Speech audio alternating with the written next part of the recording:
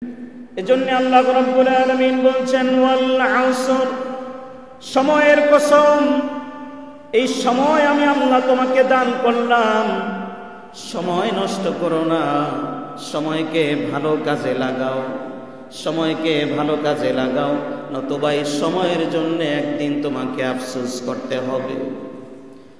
মৃত্যুর ফেরেশতা মালাকুল মউত আসার পরে মানুষ সময়ের জন্য আফসোস করে, বলে আর 5টা মিনিট সময় দেন, একটু তওবা করে নেই।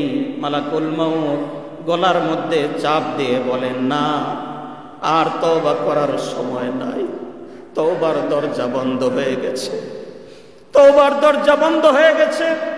আল্লাহ পাক বলছেন, ইদা জাআ আজালুহুম লা ইস্তাখিরুনা সাআ ওয়া লা ইস্তাকদিমুন। সময় যখন আসবে, 1 মিনিট তুমি মৃত্যু থেকে পিছনে যেতে পারবে না, 1 মিনিট আগেও মৃত্যু হবে না, 1 মিনিট পরেও হবে না। এই সময় যেহেতু শেষ হয়ে যাচ্ছে, সুতরাং যেখানে আমাদের যেতেই হবে সেই আসল বাড়ি কবর, কবরের জন্য আমাদেরকে প্রস্তুতি নেওয়ার দরকার আছে না নাই? আরো জোরে বলেন, দরকার আছে না নাই?